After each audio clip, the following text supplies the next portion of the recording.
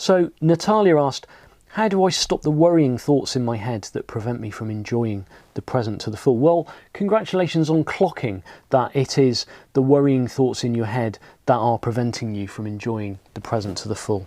So we're back to our sort of our left brain, right brain experience, aren't we?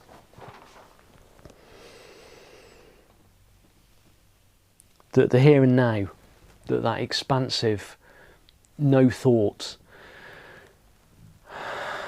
just experiencing life as it is without slapping a bunch of labels on it, without comparing it against, without separating bits of it out and comparing one against the other.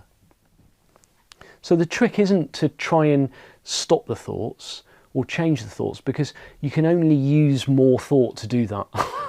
You can only use more thought to do that. Anything that you try and do is just layering, trying to take control of something that you're not in control of.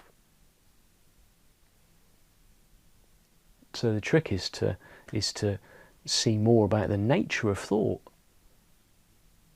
see what thought is, see where all of these judgment and analysis and worries come from, and that you don't have to take any of them seriously at all, because they're all made up.